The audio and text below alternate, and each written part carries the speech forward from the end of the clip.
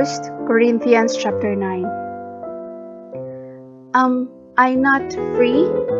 Am I not an apostle? Have I not seen Jesus our Lord? Are you not the result of my work in the Lord? Even though I may not be an apostle to others, surely I am to you, for you are the seal of my apostleship in the Lord. This is my defense to those who sit in judgment on me. Don't we have the right to food and drink? Don't we have the right to take a believing wife along with us? Or do the other apostles and the Lord's brothers and Cephas? Or it is only I and Barnabas who must work for a living? Who serves as a soldier at his own expense? Who plants a vineyard and does not eat of its grapes? Who tends a flock and does not drink of the milk? Do I say this merely from a human point of view? Doesn't the law say the same thing? For it is written in the law of Moses, "Do not muzzle an ox while it is treading out the grain."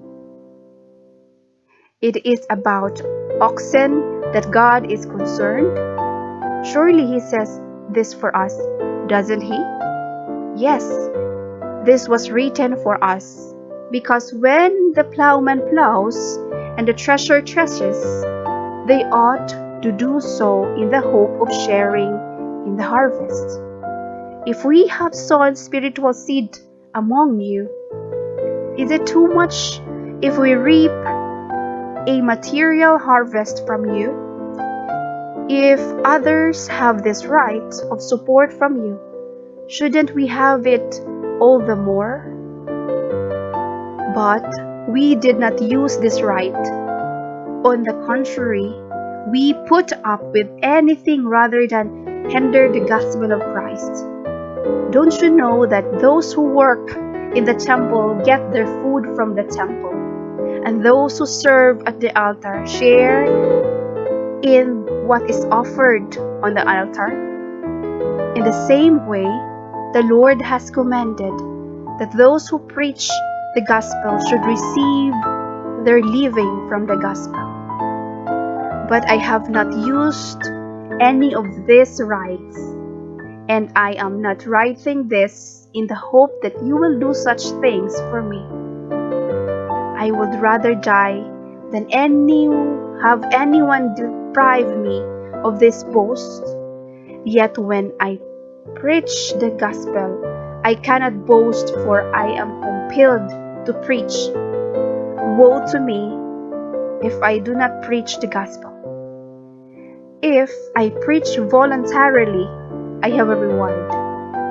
If not voluntarily, I am simply discharging the trust committed to me. What then is my reward?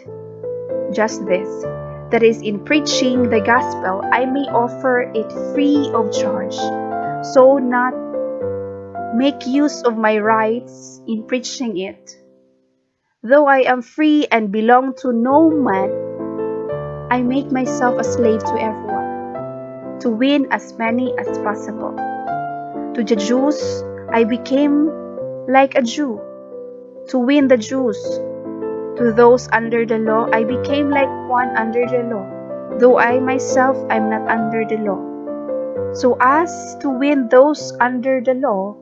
To those not having the law, I became like one not having the law, though I am not free from God's law, but under Christ's law, so as to win those not having the law. To the weak, I became weak, to win the weak. I have become all things to all men, so that by all possible means I might save some. I do all this for the sake of the gospel, that I may share in its blessings. Do you not know that in a race all the runners run, but only one gets the prize? Run in such a way as to get the prize. Everyone who competes in the games goes into strict training. They do it to get a crown that will not last, but we do it to get a crown that will last forever. Therefore, I do not run like a man running aimlessly. I do not fight like a man beating the air. No, I beat my body and make it my slave, so that after I have preached to others, I myself will not be disqualified for the prize.